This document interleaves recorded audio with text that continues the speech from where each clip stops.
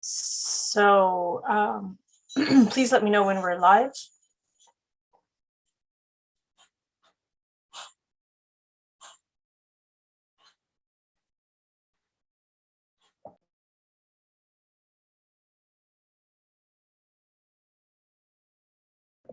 Through you, Madam Chair, the meeting is live. Okay, great. Thank you very much. All right, so we will call this meeting of the Community and Infrastructure Services Committee to order. Beginning March 1st, 2022, the City of Kitchener has aligned with provincial changes to COVID-19 restrictions, and City Hall is now open for in-person services, but appointments are still being encouraged. The city remains committed to the safety of our patrons and staff and continues to facilitate electronic meeting participation for members of the public. Those people interested in participating in future meetings can register to participate electronically by completing the online delegation registration form at kitchener.ca/delegation or via email at delegation@kitchener.ca. And for those who are interested in accessing the meeting live stream video, it is available by clicking kitchener.ca/watchnow. All right, so let's begin with our consent items. Do I have a mover for our consent items? Councillor Johnston, second. Councillor Johnston, are there any questions? All right. So all those in favor for our consent items? I'm going to need more people to queue in with their cameras. Thank you. I'll have to wait. Sorry, everybody. No, thanks for voting. You have 6 though. You can, but anyway. Okay. Okay, one more time. All in favor of the consent items? There we go. Thank you. That is passed. All right, next up. Oh, go ahead. Yes. Sorry. So I was thinking, I wasn't realizing the 2 of the items in my ward were consent items. I'd like to pull the nothing. Okay. Sorry. I thought the Victoria Park thing was also a consent item. My apologies. Okay. Well, they have been passed anyway. So we will now go to that topic. I want to just make note that a written submission has already been received regarding this matter from Linda and George Brooks. And we do have an introduction to this item from Mr. Aaron McCrimmon Jones, Manager of Transportation Planning, who will be then available to answer any questions. Good morning to the virtual chamber, or afternoon, my apologies. So to begin the discussion, Transportation Services can provide some background on the recommendations that are before you today. So staff have been receiving concerns from residents and observing traffic issues on the streets around Victoria Park, both before COVID, mostly related to large events and within the park, and then during COVID with large increases in park usage. During times of peak park demand, visitors to Victoria Park utilize the on-street parking within the neighborhood and significantly constrict the flow of vehicle traffic. And this has created situations where drivers must yield to oncoming traffic, which is very much acceptable for low volume neighborhood streets. However, in this case, due to the high volume of vehicles accessing the park during those peak times, it has caused significant congestion and driver frustration, which has led to road rage incidents, as well as circumstances where access for emergency services would be severely constrained. So to help address these issues, staff are recommending seasonal, time-specific parking restrictions on 3 adjacent streets, those being David, Dill, and Schneider. And the seasonal and time-restricted periods are focused on the months and the times that have the highest park demand. And transportation, parks and cemeteries, and bylaw staff worked on these recommendations together. So approximately 100 notices were mailed out to all directly affected properties, explaining staff's recommendations as a response to the safety and road functionality issues that I mentioned. And of course, the notice included today's committee date and instructions how to delegate. Of those 100 notices that we mailed out, we received 9 responses from residents. The 9 responses were a mix of opposition and support, along with comments to scale back the prohibition, the prohibition that's before you today. So staff did meet with key stakeholders to discuss the resident feedback and different approaches for a scaled back alternative. Worth noting for council is that emergency no parking anytime restrictions have been in place on Dill, David, and Schneider since early fall 2021. So there's been no parking permitted on any streets since the fall. And that was implemented as an interim measure until a more suitable option could be explored. So with that, we're happy to take any questions that council may have of staff. Okay, thank you. Councillor Chapman. Yeah, thank you. Thank you for this report. I don't know if it would be useful if you pulled up the map that was included with the report.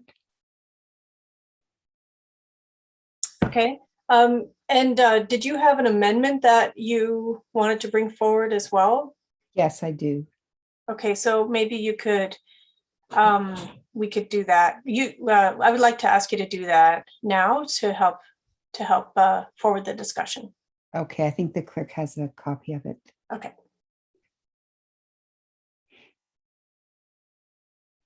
Through you, Madam Chair, to Councillor Chapman, just to confirm that it is the most recent version of the proposed amendment.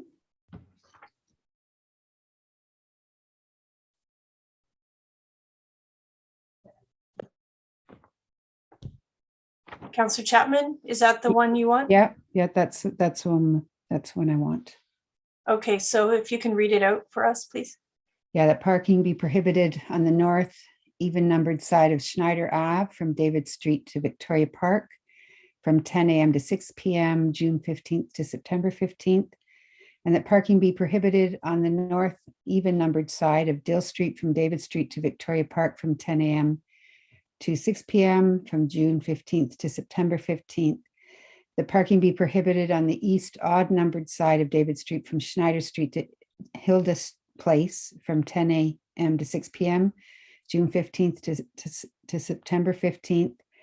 That parking be prohibited on the east odd numbered side of David Street from Schneider Street to Dill Street from 10 a.m. to 6 p.m. Friday to Sunday, June 15th to September 15th, and further, that the traffic and parking bylaw be amended accordingly. So I guess it'd be useful if we had the map. Okay, does staff have that available? Through you, Madam Chair, we will pull up the map. Just one moment, please. Thank you.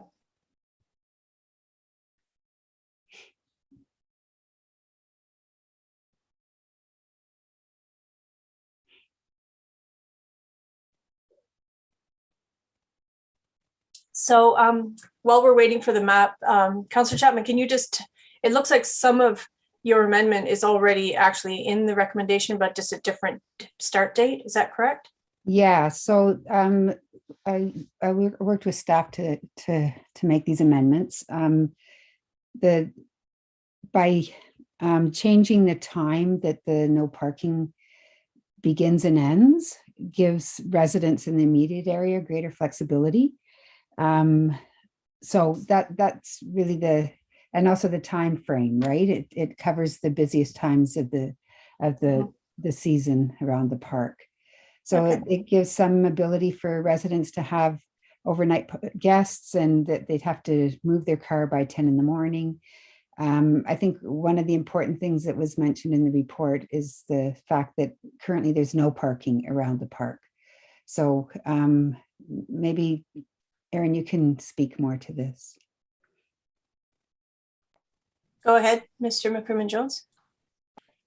Through the chair, I just want to clarify that there was 2 possible motions to amend staff's recommendation. And I just want to clarify that the counselor is bringing forth the one that's intended. The one that was on the screen includes specific parking restrictions on David Street, but only on weekends between Schneider and Dill. So this is a bit of a departure from the other motion that we chatted through, where all streets would be treated the same and that the parking would be 10 a.m. to 6 p.m., June 15th to September 15th. However, if we want to treat that segment on David between Schneider and Dill a little bit differently to only restrict on weekends, that's a bit of a different option that staff did have some challenges with. So I just want to clarify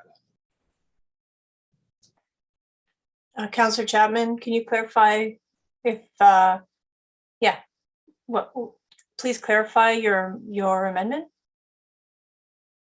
Oh, you're on mute, sorry.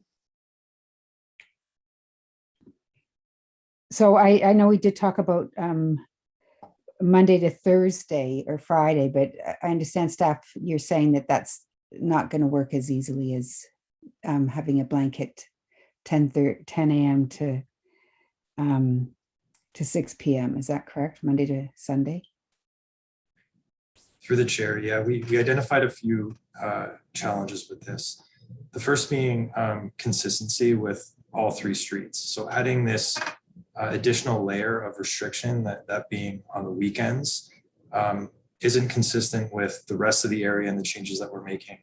It also creates a bylaw that's pretty wordy and could be confusing for people to understand. And then David Street between Dill and Schneider, it's still a two-way street. And the issues that we've noted in this report, if we have cars parked on one side of the street, even if it's only in that segment, which could accommodate somewhere around 10 vehicles, with higher vehicle traffic traveling through that segment, congestion will occur and potentially lead to the issues that we flagged, like emergency access and road rage. So clerks does have another version of the motion, which is keeping everything consistent, but scaling back the months. So it's only June 15th to September 15th, and scaling back the time a little bit. So it's 10 a.m. to 6 p.m., but treats all streets and segments the same. So am I not mistaken? And am I mistaken by saying that's what we just read off? Through the chair, yes, the motion that was put forward by clerks treats the segment on David Street between Schneider and Dill differently by adding in that weekend prohibition, and but allows daytime parking through the week. So clerks does have a different motion, which they can bring up on the screen if they're directed to do so. Councillor Chapman, it's your amendment. Do you want? Okay, here it is.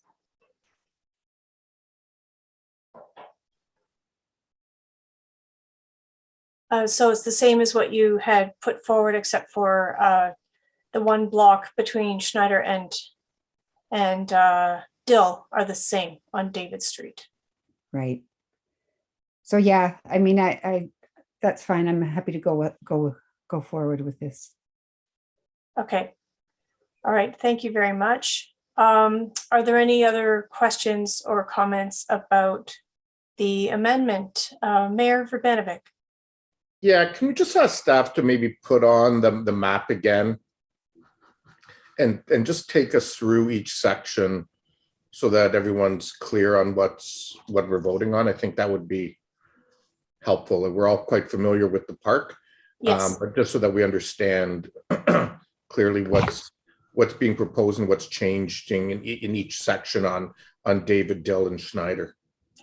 Perhaps staff can clarify that. I think the maps are the same, but it's the timing and the dates that have been truncated, even though they're going to be consistent for the dates that they are set. They're the same 7 days a week. Is it the same maps, Mr. McCrimmon Jones? Through the chair, that's correct. It's the same map. It's just the time restriction and the time of year that we're discussing. Okay, so yeah, so maybe just, I was going to say, Aaron, if you can take your pointer and take us through each one, but you don't have the pointer. Through the chair, I can do my best to explain quickly. So where you see the solid lines, as the map suggests, those are existing, no parking anytime. The dots are where we're proposing changes. Originally, the change that we proposed was no parking from May 1st until November 1st from 9 a.m. or 8 a.m. to 6 p.m. That's what it was in the letter that we sent out to residents, and that was the recommendation that we brought forward through this report. Based on feedback that we received from residents and then discussing internally with key stakeholders, including the councillor, we came up with a scaled back version of that, which restricts parking for 3 months out of the year from June 15th to September 15th, and scales back that time frame a little bit. Instead of starting at 9 a.m. or 8 a.m., it starts at 10 a.m. And that's to help a little bit with overnight guests. So that's the scaled back version that we felt was a good middle ground. And it still targets the busiest months of the year. We know we do see some busy days in May and as the weather starts to turn, but it's not that same consistent day after day that we start to see sort of in late June through until when school's back in. So those 3 months are what we're trying to address through this revised approach. And that's reflected in the motion that Councillor Chapman is now bringing forward. Through the chair, that's correct. Okay. The other Yep, sorry, go ahead. The other motion that was originally tabled was a second alternative that we were exploring, which looked at the segment between Schneider and Dill, which would only restrict parking there Monday, Tuesday, Wednesday, and Thursday. Allow parking Monday, Tuesday, Wednesday, and Thursday, and only restrict on weekends. But we do have challenges and flag some risks with going with that option. And staff's recommendation is to keep everything consistent, moving to the scaled back version, which is reflective of some of the feedback that we heard from residents. So I guess my only concern would be, and maybe it's less of an issue because I think reception houses moved their their main operation offices to Waterloo, and so it's more of a residence. But are we creating any challenges by removing it on both sides for any places like reception house or others that might be running at-home businesses by removing this parking? Through the chair, we did send notices to the community, and we didn't hear from that specific stakeholder. Having said that, there are other parking options in the area, like on Roland Street. There are surface lots within less than a 5-minute walk away. So I think there are other parking options that businesses can access. Okay, so I'm happy to support this. I'm just cognizant that Roland's already generally packed, and the small parking lot over by the bathrooms, is well, it's exactly that. It's small. There's not a lot of spots in there, and presumably we're going to want to leave that open for when we have a final lease with the boathouse and whatever that looks like going forward. So I would only ask maybe that between now and the next week, staff reach out to reception house and ensure there's no issues and concerns there. I know they do have some parking, but that's an important service provider in our community, and for with volunteers, that relies on volunteers and so on. And I just want to make sure we're not creating a problem for them. Okay, thanks. Thanks, Mayor Urbanovic. Councillor Chapman, you still have your hand up, but can I come back to you for a second round? Or is it important right away? No, you can come back to me. It's kind of a question, but go ahead. Okay. Come back. Okay, Councillor Schneider, you're up. Thank you, Chair Marsh. And Aaron and traffic team, thank you so much for working together with and taking the input and working with Councilor Chapman. So just wanted to be absolutely sure, like you're great with this. It looks like you took everything into account and came up with something that balances things out. Through the chair, yeah, we no solution will be perfect, and we're aware of that, but we felt that this addressed, it provided more flexibility for residents in the area while still targeting the busiest months. So we were able to reduce the amount of months where we'd be taking parking away. So it's only 3 months now versus I believe it was 6 before. And then we've added an additional 2 hours each day during those 3 months for morning parking. So we do feel it does strike a balance. Okay, and I think, the mayor brought up a valid point about boathouse parking, but I think, this is just 3 months. So those would be nice months to walk and cycle more. So that's great. Thank you. Okay, thank you very much. Councillor Chapman. Yeah, just I had 2 other questions, and one was, I realized that there's been no parking in the area, you said, since October. Were there any bylaw infractions or lots of bylaw infractions in that since then? Or was that was it a big problem with people needing to park there and getting ticketed, or do we have any records of that sort? Through the chair, I don't have that information. We didn't ask bylaw about that.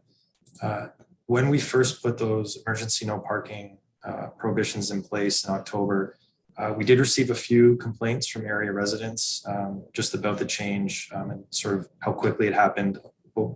We did justify that because it was a safety issue, an emergency access issue.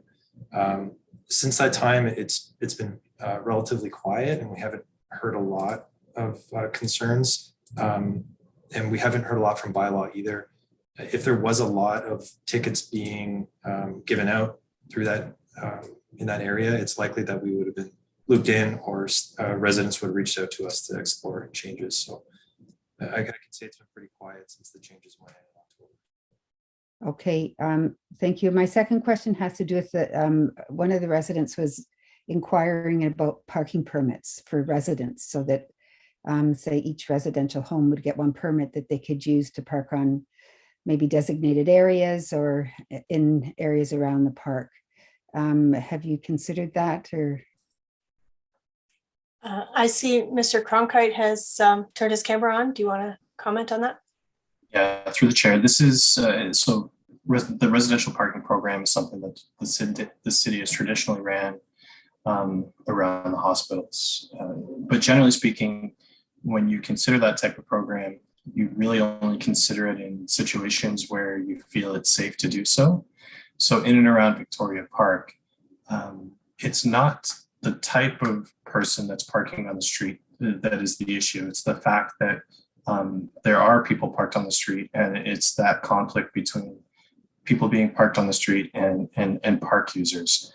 And so whether that was a resident parked on the street or a visitor or someone visiting the park is inconsequential. So in this instance, providing for residential parking permits to allow for the residents or visitors to park on the street wouldn't solve the issue. What we need to do is remove that parking in those really warm weather type months, so that it's safe to get in and out of the park, and it's safe for emergency services and the like. So it's yes, we considered it, but no, it's not a good option here. Okay, I just have one last question, and that is, as one of the residents mentioned, and I'm going back to the whole section along David from Dill to Schneider, which apparently has far less traffic than the rest of the area. And this is a pilot project, the way I understand it. So, is it easier to change a pilot project by adding more restrictions or taking away restrictions? So what I'm getting at is, if we were to allow parking just in that little stretch on the east side, I guess it is, or south side, I'm not sure. If it didn't work, we could then introduce a new arrangement where we would prohibit it altogether. Whereas it seems to me harder to start with no parking on all of those places and then come back and say, well, let's try and see what happens here. Just So go ahead. through the chair, to be clear, this isn't a pilot project. This is a solution to what we've identified as a concern.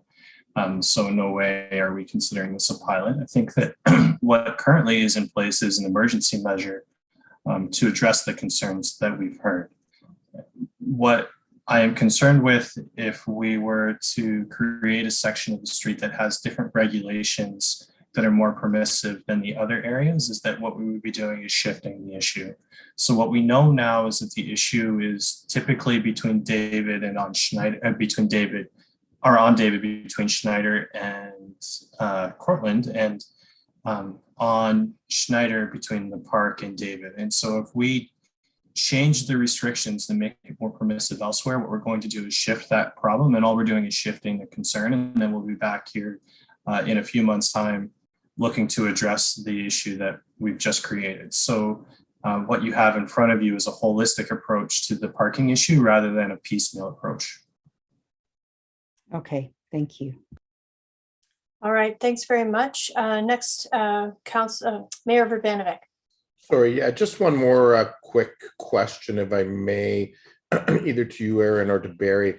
I'm just wondering, like right now, the cars, like I think what you're doing is proposing is the right thing, but right now the cars are a bit of they serve as a traffic calmer. You know, no doubt they create some other issues. I'm just wondering, once we open it up, and particularly on the David Street section, less so on Schneider and Dill, I'm just worried about it becoming a bit of a speedway. And is it the kind of thing, and I know we hate doing them, but is it the kind of thing that we should maybe think about a rubber speed bump somewhere along the way, like that's just seasonal during those 3 months? Because I can just see it potentially becoming a problem. Through the chair. So those types of decisions, we would use our traffic data to determine if speeding is in fact an issue. What's good about the design of David, Schneider, and Dill, they were designed to be quite narrow. They're about 6.5 meters, maybe slightly wider, which is below what we traditionally see. In addition to that, there's a lot of driveways, there's mature trees, there's a lot of pedestrians around. And these types of environments and contexts, we rarely see high speeds, but that is something that we can monitor once the changes are in place. We can do data collection after those changes are in this summer or fall, just to see what the impacts were of removing parking during those 3 months. Okay, I guess I would just want us to have some flexibility, because the issue here, I don't think will be high speeds, but quite frankly, any sort of excessive speed with the volumes of people that we see in the area can be problematic. And so I would just want staff to have the ability to respond on a temporary basis, even this summer, if we start seeing some problems happening. You know, we have that council break, and I just want you to, I guess I just want you to have the ability to respond if it's going to become a problem, and not have to wait till next year to do it. Through the chair, we can address any issues that do arise throughout the summer using the seasonal traffic calming program. There are avenues in there that I think that we could that we could use to address anything that does arise. It is an area that we reviewed for traffic calming more than a decade ago, and that's what led to the creation of Schneider as a one-way street, really to alleviate some of the through traffic concerns that was driving those speeds. I don't think it will be an issue, but we'll keep an eye on it for sure. Oh, okay, wonderful. Thank you. All right, seeing no other questions from the committee, I'll just ask my own. I want to know about the other streets on the other side of the lake. Did they previously have parking restrictions? I'm thinking of Hines and Water, Richmond. Were they previously included in this plan? And can you tell us why they're not this year? Mr. Cronkite? Sure, through the chair. So the streets on the opposite side of the lake have a very different operating condition than those that are on this side. So if you take Water Street as an example, Excuse it's me. wider. Excuse me, sorry, we can't hear you very well. I wonder if you could change your microphone settings? Is that better? Yes. Okay. So again, through the chair, the issue or sorry, not an issue, but on the other side of the lake, so streets like Water Street as an example, they're designed quite differently. They're designed wider, so they have the ability to allow for parking and still provide safe two-way traffic. So when we were looking at this proposal, it was really targeted on those streets where we've had driver frustration, congestion, and other known issues. We don't have that same level of issue on the other side of the park. Okay, thank you. All right, and so I don't see any other questions. Did we have a mover, Councillor Chapman? All right, all those in favor? All right, and that carries. So I do want to make one quick comment just about a consent item.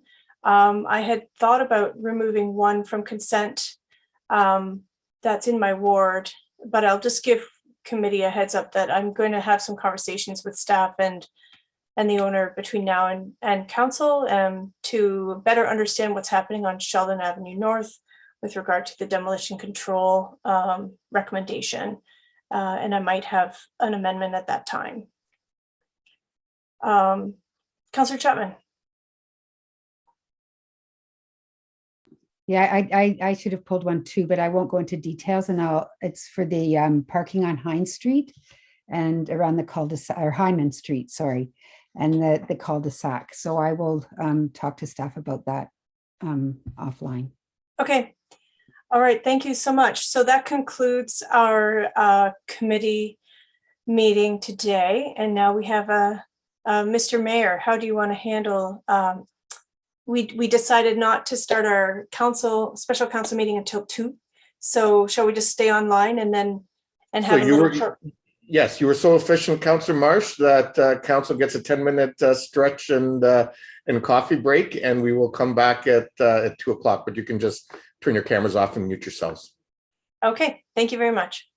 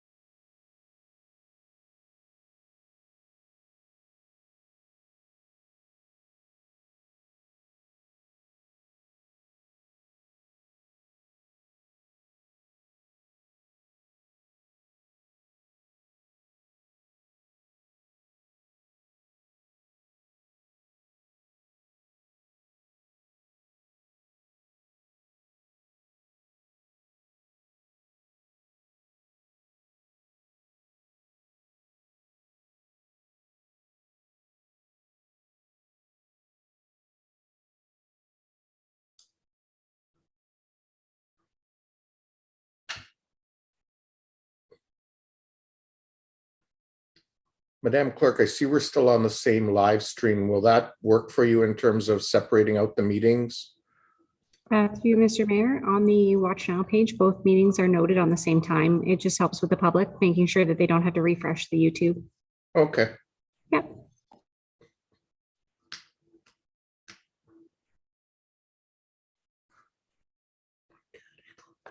Seven.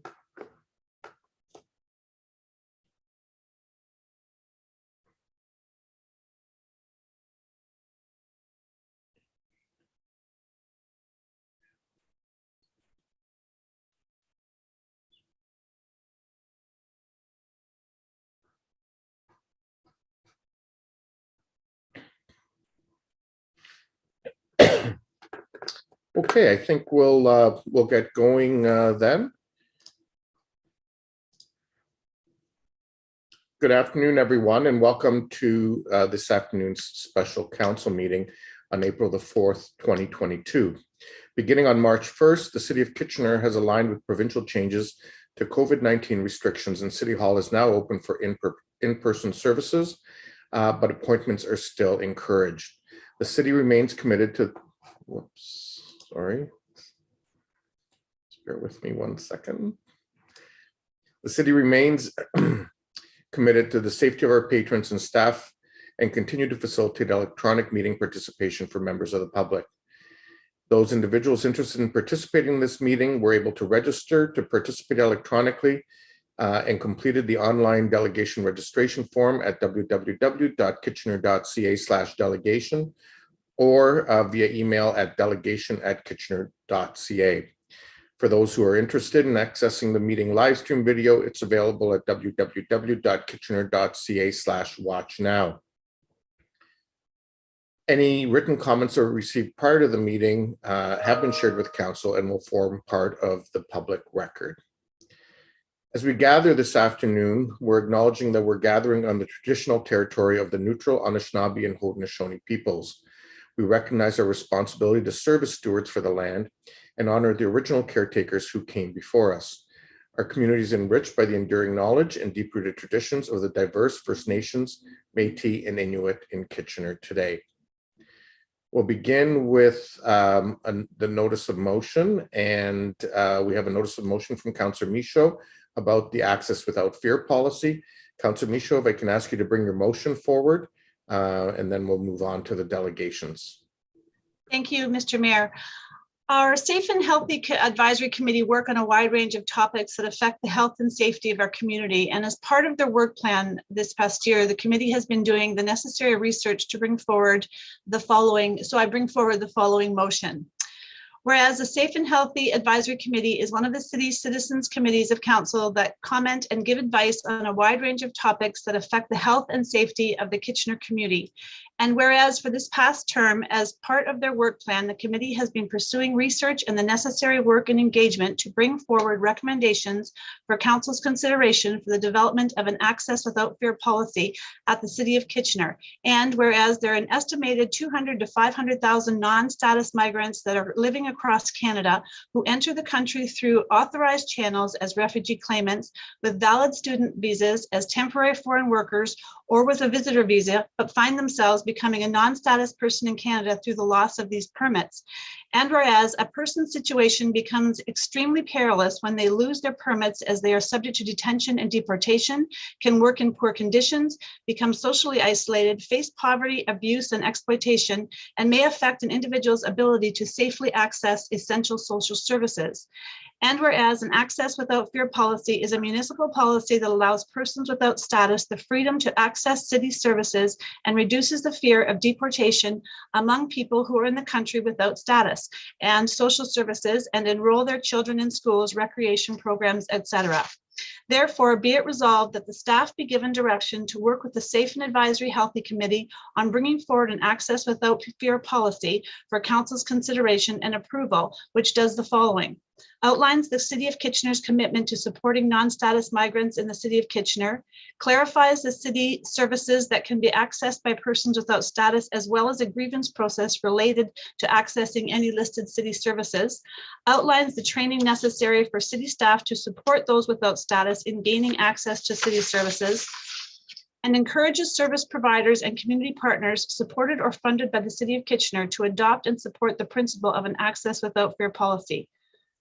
Be it further resolved that a public education campaign will be developed to raise awareness about the City of Kitchener's access without fear policy, and that the persons who find themselves without status can access city services without fear. Thank you. Thank you very much, Councillor Michaud. And if we have any questions, we'll come back to those after we hear from the delegations.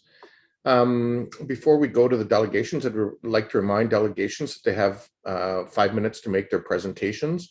Delegations involving 2 or more individuals can combine their time to a total of 10 minutes. I'd also like to remind all delegations of some guidelines for participation. You will be made a panelist prior to your time being called. Once you have joined the meeting as a panelist, you'll have access to your microphone and camera. Please leave your video and camera off and your microphone audio muted until you're called upon to speak. If you conduct yourself, computer issues today.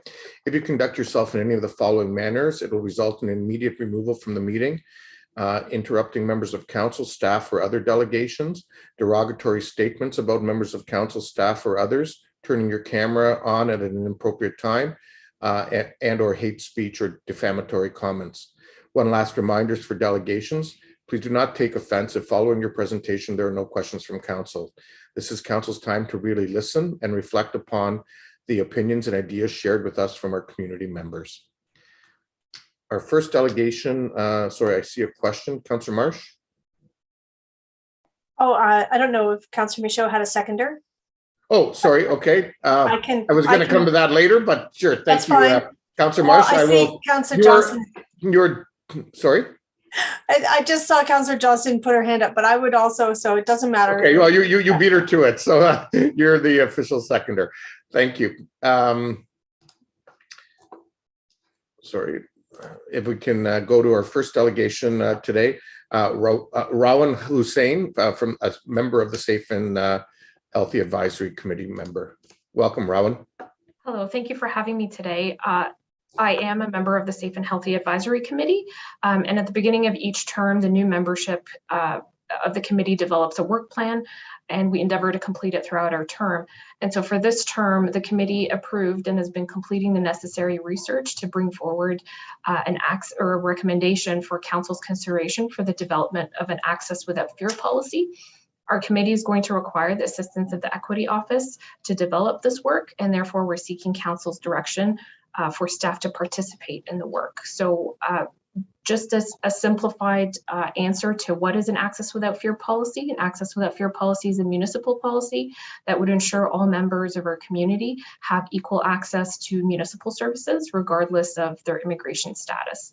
And the reason that this is important is that because right now there are certain members of our community who find themselves in a limbo, I guess, with their immigration status. They face barriers when accessing community services because they're scared to identify themselves to any perceived authority. So we want to alleviate that fear and reiterate our city's commitment to making sure that municipal services are available to everybody in Kitchener. And so our community really thrives when everybody can participate, and so we're all better for it that way. Wonderful. Thank you so much, Rowan. I see we have a question for you. Councillor Michaud. I don't have a question. I just have a comment. I can circle back if you want. Sorry, I shouldn't have put my hand up so soon. No worries. This is your comment for the motion, or? No, to Rowan. Oh, okay. Go ahead. Okay, Rowan, I just want to compliment you on the hard work that you and the committee have done. This has been no easy feat, I'm sure, and I really commend you for this, and I look forward to supporting all the work that you're doing as we carry on with this committee. You're doing well done.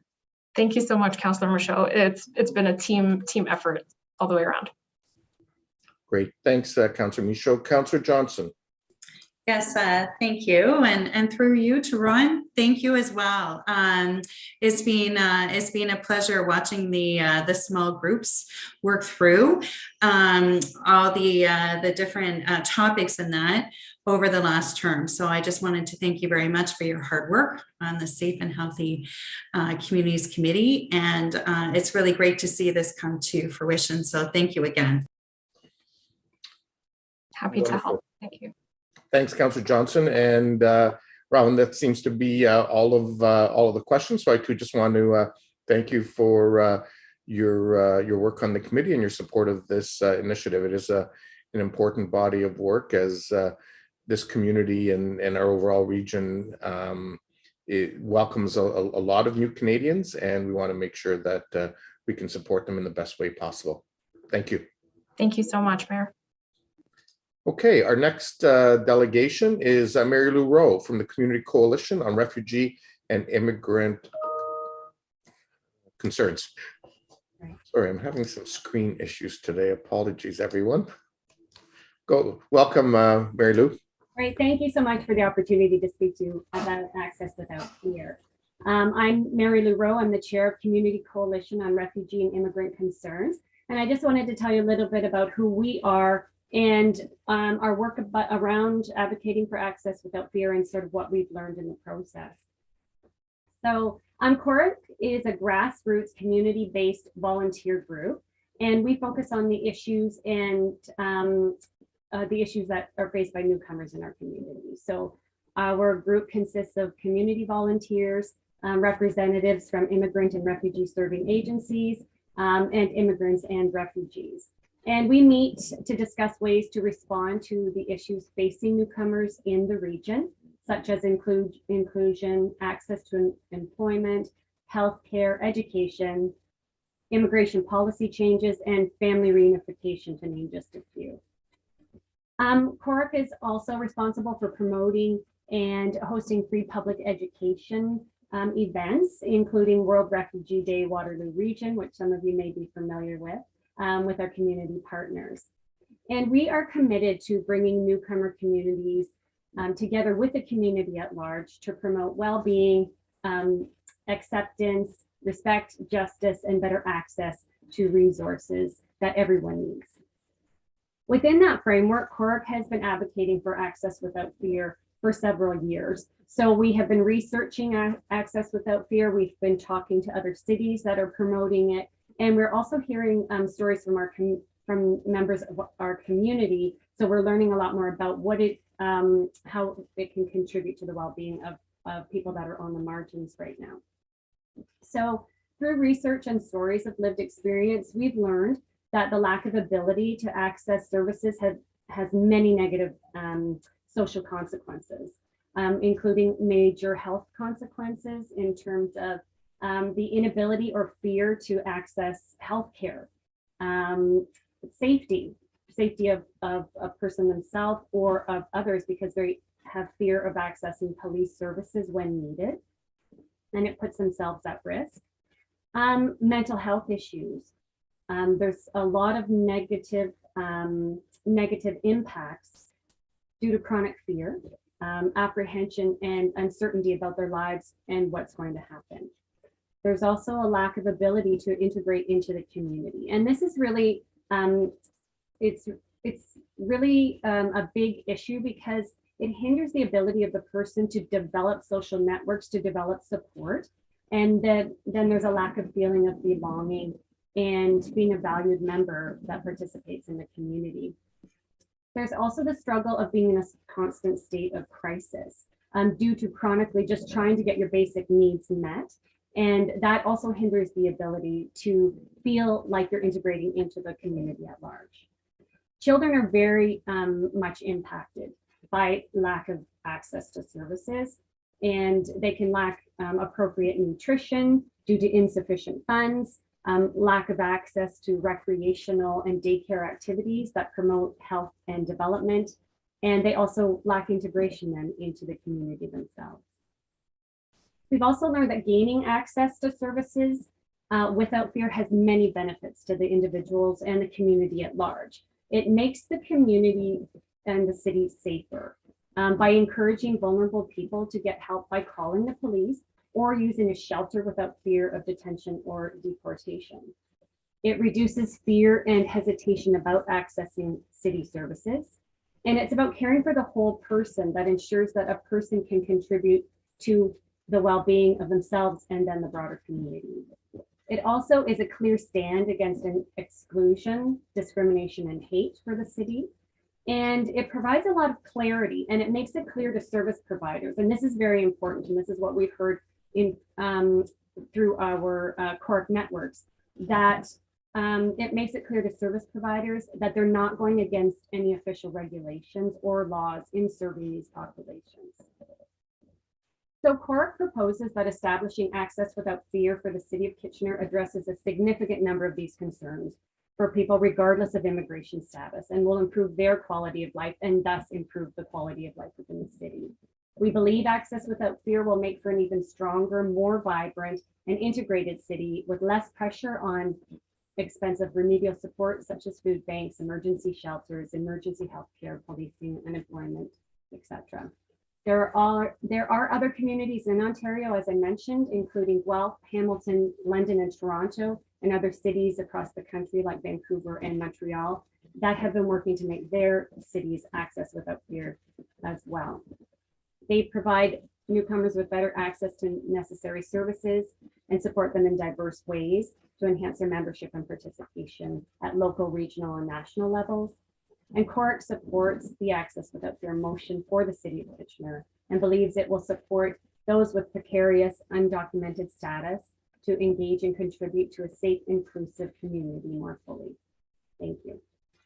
Wonderful. Thank you very much, Mary Lou. I see we have some questions for you. Councillor Marsh. Yeah, thanks very much. And thanks for making time today to speak to this issue, Mary Lou. I know it's one that's near and dear to your heart, and we've had previous conversations about that. I want to know, has CORC made any headway in discussing this topic with other local governments? We met with the region. We met with Karen Redmond 3 years ago, and we were in the process of those discussions, and then COVID came, and so that has not moved forward. So we are still advocating at the city level and at the regional level. Okay, thanks. So I would like to see the Safe and Healthy Advisory Committee and the staff supports to collaborate with any community partners to continue the conversation with other levels of government as possible. So I hope that you can be a part of those conversations alongside the city. Thank you. Thank you. Thanks, Councillor Marsh. Councillor Chapman. Yeah, I think this is wonderful. My question has to do with, I don't want to say educating, but informing or training the service providers, because it's one thing that what we do here. What's the next step? How do service providers get informed and trained along these lines? This is a discussion that we have had at CORC, because we have heard from not directly within our group, but they've had contact with the broader community that people have not necessarily had access to, for example, perhaps a free clothing drive, because the staff just weren't aware of what their status was. So I think what we at CORC have talked about is like to have a top-down sort of approach, that there's a community, I'll say a community letter, a community directive to explain that this is what's happening, and perhaps community training for community center volunteers or workers and that sort of thing, just to make it clear that this isn't anything that is against any rules, that it's just a new type of way to do things, that perhaps they don't ask for identification or that sort of thing. I'm not explaining myself very well, but I'm hoping you get the idea of what I'm saying. Yeah, no, I totally get it. I just wondered too if you work in collaboration with the Multicultural Center. Yes, and they are part of CORC. Okay, great. Thank you. For sure. And thank you for coming in. Wonderful. That looks like all the questions, Mary Lou. I too just want to thank you for coming in and speaking so passionately about this issue. I know you and the CCORC does just amazing work in the community, and you know, particularly at a time when we're seeing increased numbers of folks from different parts of the world for different reasons, whether it's people coming as refugees from places like Afghanistan, or people coming on the temporary visas from places like Ukraine during war. It really takes in all of community effort, and I know everybody's been stepping up and working with the Immigration Partnership Waterloo Region on all of that work. So I just wanted to thank you for that. Councillor Johnson, did you have an added question you wanted to ask? Actually, I have one for staff for you. Okay, I'll come back to you then. Yeah, thank you. Wonderful. Okay, thanks, Mary Lou. Take care. Okay, we'll go to questions of staff then, and Councillor Johnson, the floor is yours. Thank you, Mayor Verbanovic, and thank you, Mr. Hildebrand, for coming on, and thank you so much for all of your support of the Safe and Healthy Communities Committee. I'm wondering if maybe you can talk a little bit about the motion and how that relates to the work that we're doing in our community centers and the work of the committee, et cetera. If you can expand on that, would be great. Sure. Through you, Mr. Mayor, I think the work of the Access Without Fear policy, I believe that the work of the community centers and our programs are key connection points for people in our community who might find themselves without status. For instance,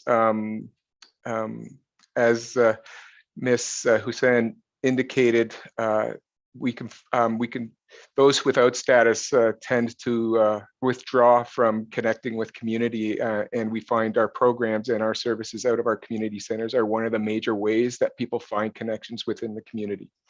So just being able to say that that the municipality is Access Without Fear city, and ensuring our staff understand that and understand that this could happen.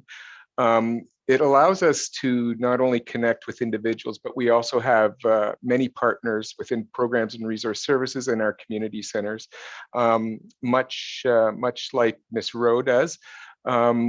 In our community, and we can start making connections with people so that they can find ways to get status, not only participate in our programs, but also make connections on ways to find status or get status and find supports. So I think that's a major way that we are well serviced at the City of Kitchener to provide support to this.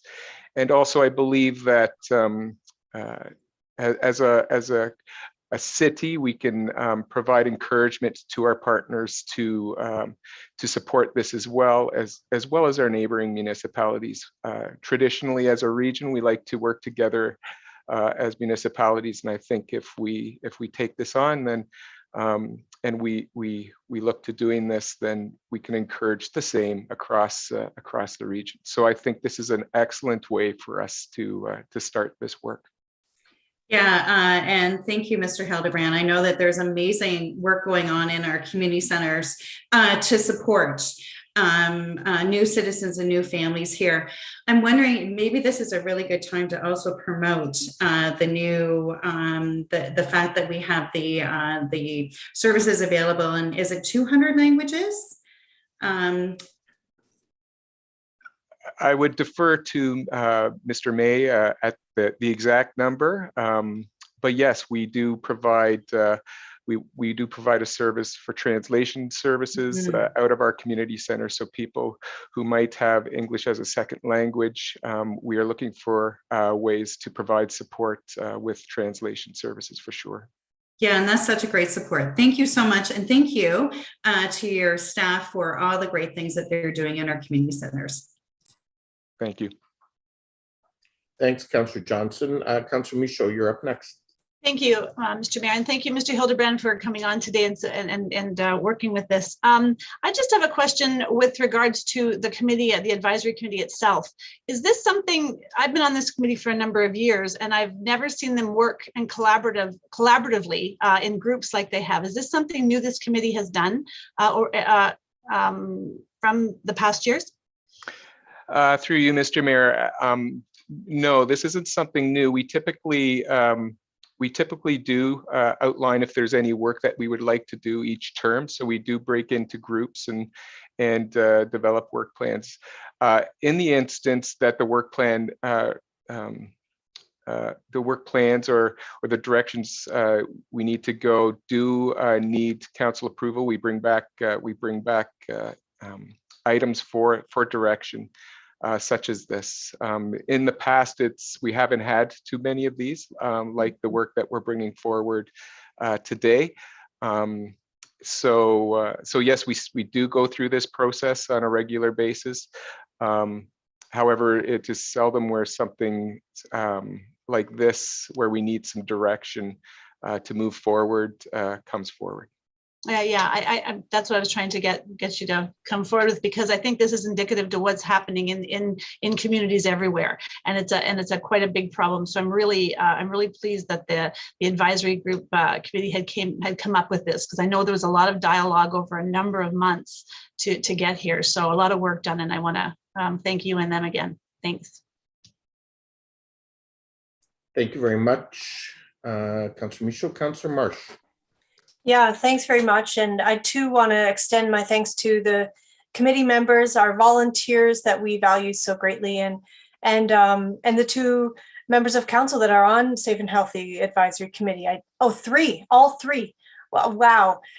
So I shouldn't be a seconder. Like, really, I didn't realize that when I was on it, it was just me at the time. And before that, I know there were others. So please, Mr. Mayor, for the clerk's records, I just please, if we can just let Councillor Johnson be the seconder, that would be great. But that doesn't mean that I think any less of this motion. I think it's wonderful, and I'd like to suggest that if it's not already clear, that we outreach to our counterparts at the other municipalities to encourage them to adopt the same type of motion. Okay, great. Thank you very much, Councillor Marsh. And I will remove your seconder from it and note Councillor Johnson then as the seconder, and also your suggestion to sort of add the work with our municipal counterparts and at the region on this initiative. Councillor Johnson. You're muted, Councillor Johnson. You'd think I'd learned by now. Just a point of information. It's Councillor Kelly Galloway Seelock on the Safe and Healthy Committee. So we can co-second it. There we go. Thank you. Sounds good. Lots of quintessential Canadianship going on here, I think. We can just say all of council seconded. How's that? So with that, if there's no further comments, just want to thank Councillor Michaud for bringing it forward. It is an important piece of work, and want to thank all of the committee members and community partners that have worked on getting it here. And with that, all those in favor? Any opposed? And that is carried unanimously. Okay, thank you, everyone. We will now do a motion to go in camera for the items noted. Those in favor? Sorry, I need a mover, sorry. Councillor Michaud, Councillor Singh, thank you. Those in favor? Opposed? Sorry, Councillor Gazzola, do you have a question? Yes, I'm questioning the the first item that's being discussed in camera as to why it's being discussed in camera. It really has nothing. It has nothing to do with the membership. That's already been decided, so. So what it has to do is with identifiable individuals, and as such, it's an eligible item under the Municipal Act to be discussed in camera. Well, everything we do has identifiable individuals, everything. So, Again, Councillor Gazzola, that's consistent with the Act, and if there are any items that are required to come out to open session of council, that will follow as per normal practice. so is there any avenue to challenge something like this? Well, you can vote against it if you disagree. Okay, thank you. Okay, so it's been moved and seconded. All those in favor? Any opposed? That's carried. Motion to recess. Councillor Johnson, Councillor Schneider, thank you. All those in favor? Opposed, and that is carried as well. So with that, Madam Clerk, we'll let you finish the live stream and make sure the appropriate people are in the room, and we'll go from there.